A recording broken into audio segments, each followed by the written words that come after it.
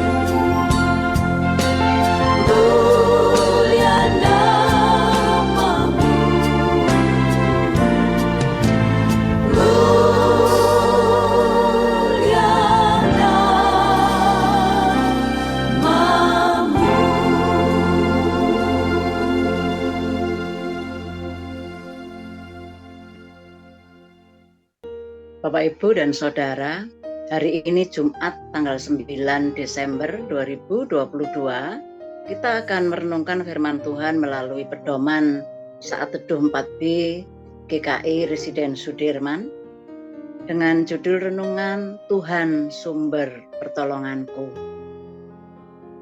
Bapak, Ibu, dan Saudara, setiap orang pasti pernah dihadapkan dengan kondisi di mana kita membutuhkan pertolongan ketika sedang menghadapi permasalahan. Dan dalam kondisi seperti itu biasanya seseorang akan mencari sumber pertolongan yang ada di sekitarnya, yang dapat membantu atau menolongnya dari kesulitan.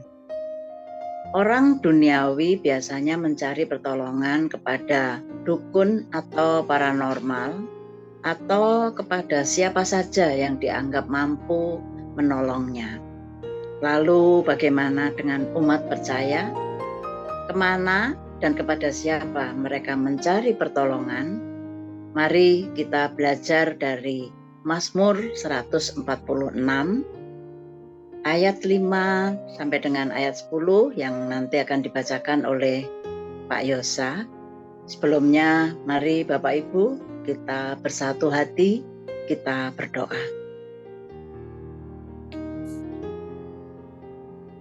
Bapa Surgawi, sumber pertolongan kami, pagi hari ini sungguh kami bersyukur untuk kasih setia dan penyertaan serta pemeliharaan Tuhan bagi setiap kami, hingga kami siap untuk mendengar sabda Tuhan pagi hari ini. Tuhan, ketika kami akan membaca dan merenungkan, kiranya Tuhan memberi hikmat setiap kami, agar kami boleh mengerti dan memahami, sehingga kami pun dimampukan untuk dapat melaksanakan dalam hidup kami hari lepas hari. Terima kasih Tuhan untuk kasih-Mu yang begitu luar biasa bagi setiap kami. Di dalam nama Tuhan Yesus kami berdoa. Amin. Mari Bapak Ibu kita membaca Mazmur 146 ayat 5 sampai dengan 10. Berbahagialah orang yang mempunyai Allah Yakub sebagai penolong, yang harapannya pada Tuhan Allahnya. Dia yang menjadikan langit dan bumi, laut dan segala isinya, yang tetap setia untuk selama-lamanya, yang menegakkan keadilan untuk orang-orang yang diperas, yang memberi roti kepada orang-orang yang lapar. Tuhan membebaskan orang-orang yang terkurung. Tuhan membuka mata orang-orang buta. Tuhan menegakkan orang-orang yang tertunduk. Tuhan mengasihi orang-orang benar. Tuhan menjaga orang-orang asing, anak yatim, dan janda ditegakkannya kembali. Tetapi jalan orang fasik dibengkokkannya. Tuhan itu Raja untuk selama-lamanya. Allahmu ya Sion turun-temurun. Haleluya. Demikian firman Tuhan. Terima kasih Pak Yosa. Bapak, Ibu, dan Saudara, dengan jelas pemazmur menyatakan, berbahagialah orang yang mempunyai Allah Yakub. Karena Allah Yakub adalah Allah sebagai penolong bagi semua yang menaruh harapannya kepada Tuhan Allah, yaitu Dia yang menjadikan langit dan bumi, laut, serta segala isinya. Dia adalah Allah yang setia dan sangat setia untuk selama-lamanya. Sayang, secara manusiawi kita sering melupakan peran Allah dalam kehidupan kita. Mengapa? Sederhananya karena memang kita lebih mudah melihat peran orang-orang di sekitar kita yang kita anggap dalam tanda kutip lebih dalam menolong hidup kita dibandingkan dengan Tuhan Allah. Bahkan seringkali kita menjadi tenang ketika kita mendapat backingan dari orang penting atau bangsawan yang ada di sekitar kita. Namun, pemazmur mengingatkan, janganlah percaya kepada para bangsawan, kepada anak manusia yang tidak dapat memberikan keselamatan, karena keberadaan mereka hanyalah sementara. Jika kita lihat dalam bacaan kita, pemazmur menyebutkan ada orang-orang yang hidupnya malang.